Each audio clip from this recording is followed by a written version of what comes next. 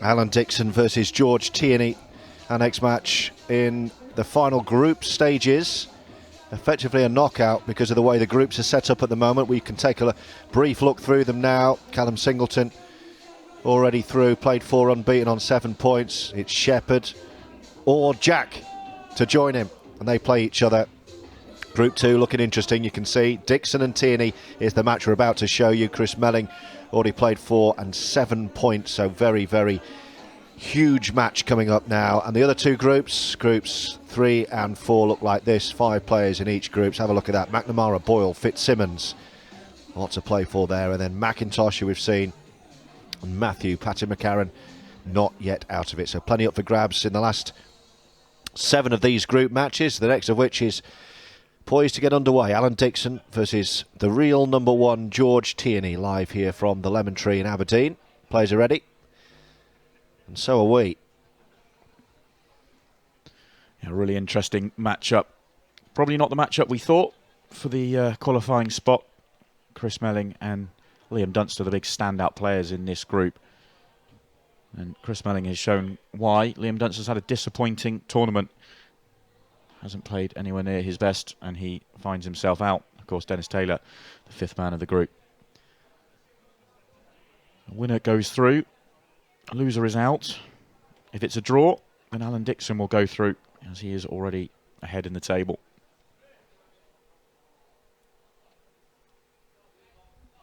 But it is George Tierney with the first opportunity.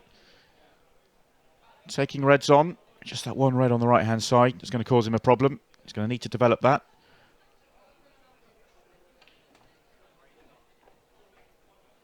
And that's a very good shot. He's been a little bit unfortunate not to land on his next red. Always a chance of that happening, going into it the way he did, but I don't think he had much choice to do but to do so. Got to develop it as early as possible.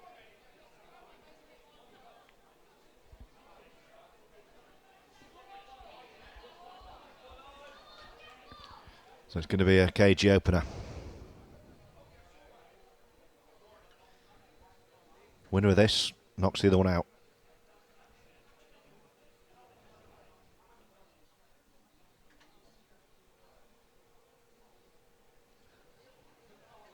Alan Dickson was very impressive yesterday.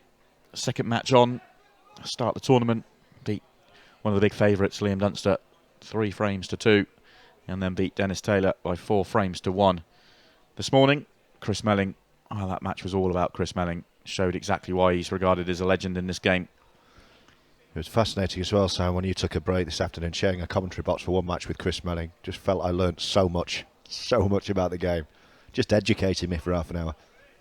I think that's part of the reason why the top players are the top players. Okay, ability, potting ability, cue ball control, moving around the table, but it's once you get to a certain level, the ability to pot and control the white is similar across the board, but it's the way they go about the game, the way they go about finishes and clearances and the patterns, the shot selection, that's the big difference between a good player and a great player. But also points you made about the cushions. The cushions were playing too soft because of the rotation of when they changed the table, and they needed playing in, things you don't necessarily as a commentator think about. We're talking about Dennis, because we were watching Dennis play, the difference in the weight and speed of a white ball in snooker and in pool, and the difficulties that he could see that was causing Dennis Taylor, something that, you don't necessarily think about. Well, that's one of the things that Chris would know an awful lot about, being a player that chops and changes versions of the game so much. That's one of the most unbelievable things that he can do. He can turn up at an 8-ball event, play with these size balls and this size table, and play exceptionally well, where he can then go and play a snooker tournament or go and play a 9-ball tournament or even a Chinese 8-ball tournament and adapt to the conditions so quickly. He also had a very interesting point, and the point you made, I think, last night about the struggles to get a good split in the breaks, which looks like it has improved a little bit today. I think you were wondering whether it was something to do with how the referees were racking the balls, which it doesn't seem to be. But Donna and Matt doing a great job out there. He said it's to do with just the frequency when you're racking them, and that creates an indentation. So after a while, the 2 balls behind the front ball aren't actually touching them. Yeah, there's not which is why you don't get the split. Not a lot the referee can do, especially the referees are under a huge amount of pressure to rack the balls up as quickly as possible to get the match back on. Well, it's speed pull for the refs as well as the players. There's 3 people out there every match. And so much pressure, especially when you see a player clearing up with about a minute to go. You've got to get them racked as quickly as possible. I would hate that job. Yeah, not a job for me. And they do a good job out there. That's a brilliant shot from George Tierney, giving him an opportunity in this opening frame. Oh, he's cued that lovely. So smooth. Needs another inch perfect shot here. Does Big George. Oh, played it well. How has he left the white? Oh, he's perfect. Terrific from Tierney. And George strikes first. First blood to George Tierney, the real number 1, leads Alan Dickson.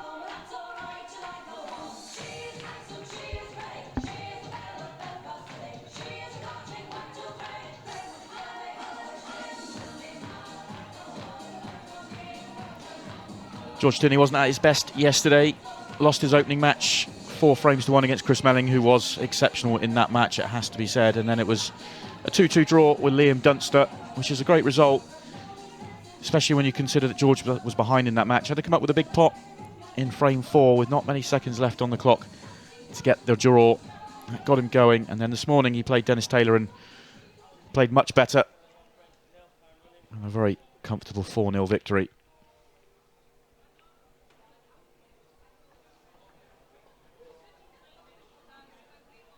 The white dangerously close to the centre pocket for Alan Dickson, but it stays on the table importantly for him. Hard to believe watching the replay that it did stay on the table. And these reds could open up very quickly. Wow, he's not. I don't think he's on another red. Well, he's getting down quickly, so he is. Now these reds are nice.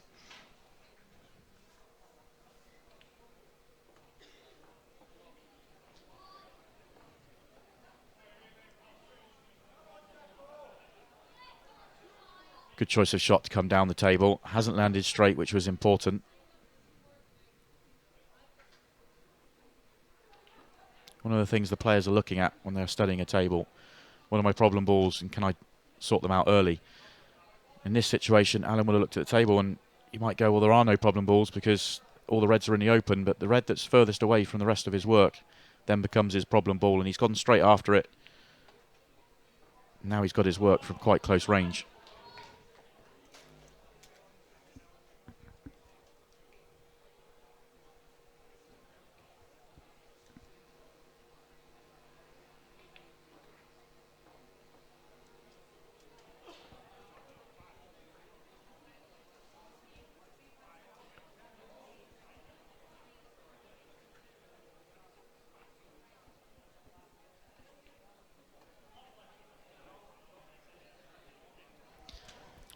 Wow.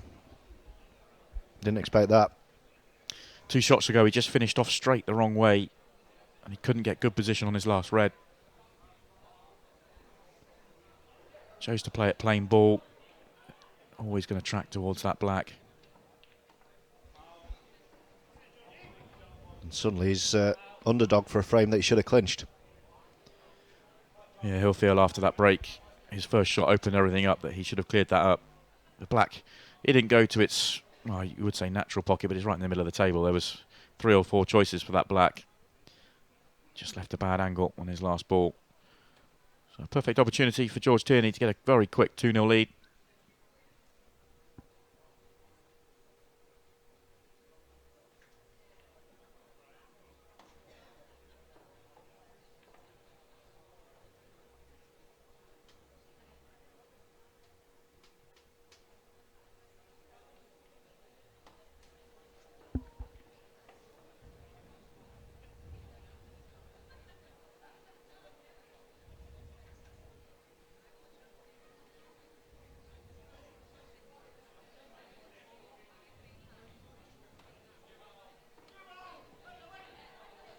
Well, Alan Dickson was top of the pile overnight. 2 wins out of 2. Well, alongside Chris Melling at least. Hammered by Melling this morning. Here he is, about to be 2-0 down. There's the concession, the key in Monaghan. Yeah, we just talked about that rule, and Alan using it to his advantage. Concedes the frame. Goes 2-0 behind. George Tierney in perfect position all the way through that clearance.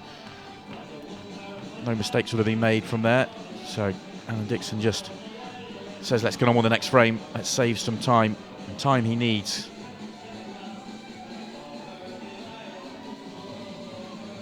In previous matches throughout the group stages, we've been talking about players not wanting to play for the draw, wanting to get the frames to get the win. Alan Dickson knows that the draw is good enough, so he's got just under 10 minutes to try and win 2 frames. He has the time, he doesn't need to panic just yet. He just needs to make the most of his chances. Yeah, worth reminding ourselves of that.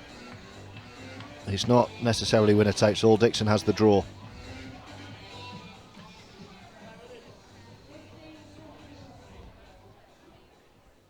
So he can approach this as if he's only 1-0 down and needing to win.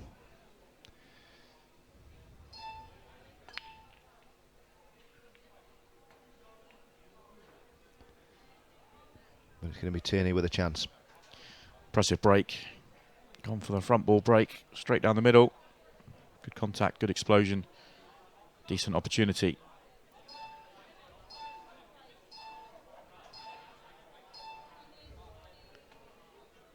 Well, the problems he has are the yellow right at the bottom of the table, but the yellow just to the left of it helps him out, because as long as he lands straight on that yellow, he can just drift behind the other yellow to the opposite corner. He can do it now if he wants to. I think he's just struggled with the shot clock there. Relatively easy pot that he's missed, but he was still trying to work out what he wanted to do in a couple of shots' time, and the shot clock was against him.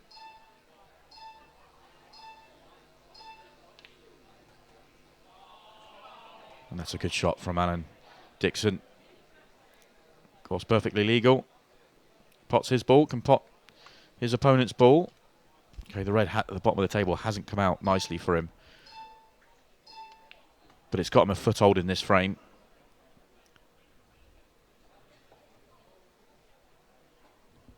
Just one obvious issue, and you don't need us to tell you where that is on the table.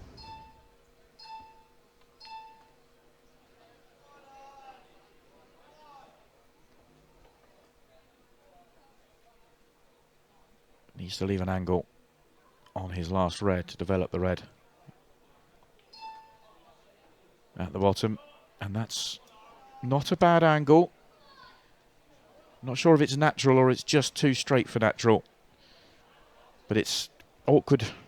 It's not necessarily awkward cueing, just awkward bridging. Oh, that's brilliant. Wow. Wow. That's a shot that keeps him in the match, keeps him in the tournament. Delightful from Dickson. And he halves his arrears and punches the air. 2-1, 7.5 minutes. Only needs the draw. Great stuff. Brilliant vision and great execution. This isn't an easy shot. You've got to get the correct angle, but you've also got to play the pace of the shot correctly to make sure you land on the next red. As long as he contacted the yellow, the plant was guaranteed. But the control that he played that shot with and the vision of it, absolutely exceptional. One of the best shots we've seen this weekend. And when you consider the pressure he was under, brilliant. Can he turn the screw and put himself through at the expense of George Tierney? Needs something. Gets nothing when he needed it most. The crowd, go on Georgie. They yell at their man George Tierney.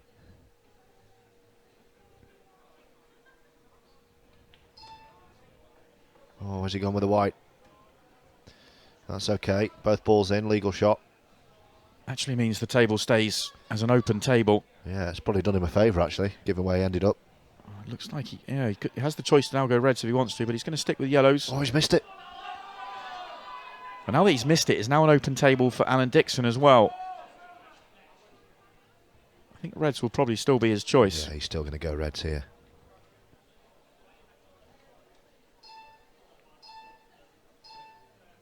Makes use of that free shot.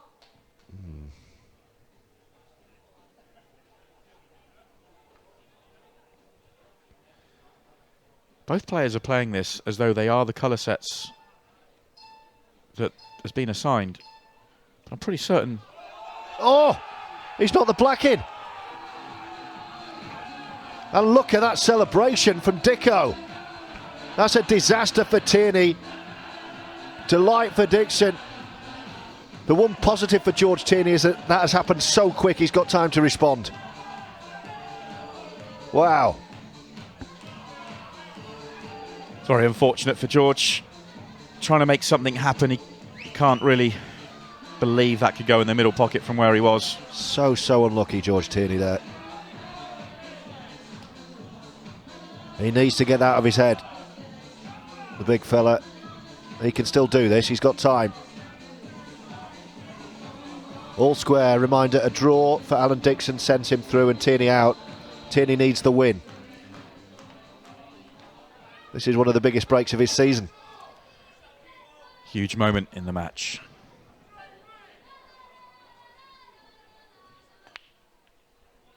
Didn't get a good contact, did he? No, his previous break was massive and balls were flying everywhere. This time it was... That seemed a little more controlled and he sacrificed power. Yeah, and they just didn't get the explosion of the pack, and that's why so many balls have stayed in the bottom half of the table and he's come up dry.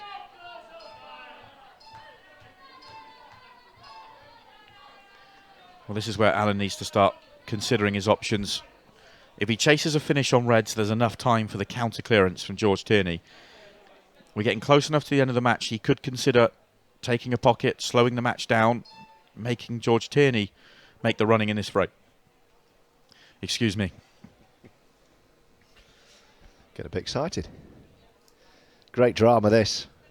It's worth reminding ourselves this is a group game, but in essence it's a knockout.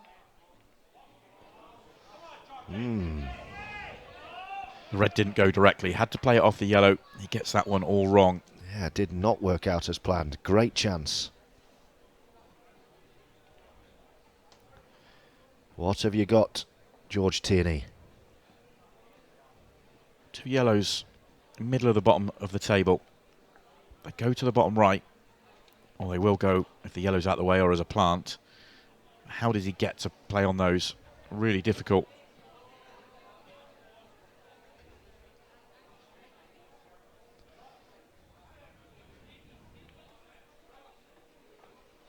Well, that's perfect. Beautiful. Lovely shot, opens everything up. Now they're all there for him. Even then, Alan Dickson's going to have, what would you say, 90 seconds?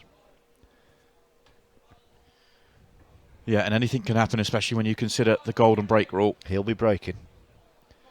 Tierney looking good to go 3-2. Dickson only needs a draw. So Tierney would be well advised to use every one of those 15 seconds per shot. Leaving the yellow over the bottom left isn't the best of options in terms of getting onto the black. Is trickier from that ball than it would be from others he had options to leave for his last ball. So this isn't certain.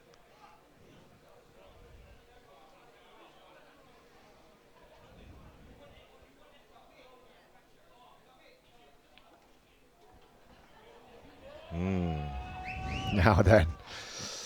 Yeah, that's how down. much pressure on this? Yeah. He's got a shot at it, but it's not the shot he wanted. And that comes down to shot selection for me. But if the double goes in, it won't matter. What a moment. He's missed it. And I think that might be curtains for George Tierney.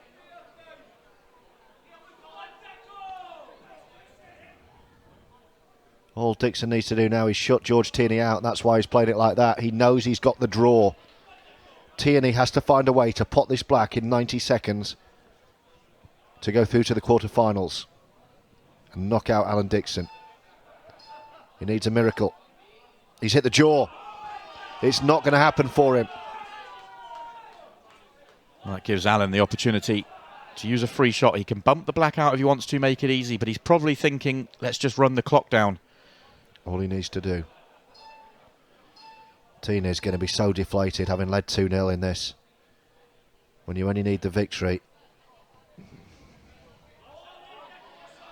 Last minute of the match, which Tierney has to win. He's just going to keep tucking him up. The black's in a really good position to snooker him. Sometimes you don't want to snooker your opponent and give him the opportunity to make the black or make a fluke somewhere. I think even in this case, because Georgia's got great contact on it, it's not going to go in. I think Alan Dickson may well have been better served just potting a few easy balls, using the 15 seconds from each of those shots rather than laying in another snooker, but it's worked out well for him. It's going to be Alan Dickson going through as runner-up to group winner Chris Melling. George Tierney had a great opportunity, started this match so well, led 2-0, needed to, he's conceded, there's the handshake. So it's going to be 3-0 to Dickson. Won't matter, you can see Tierney's fuming. Dickson's got the win, Tierney's out. And it's Dicko on his first taste of Taom Shootout. We'll go through to the knockout stages tonight of this two-day grand final. Well played, commiserations to George Tierney, but it's Alan Dickson through. And next up after the break, it's Barry Nicol, David McNamara. Don't go anywhere.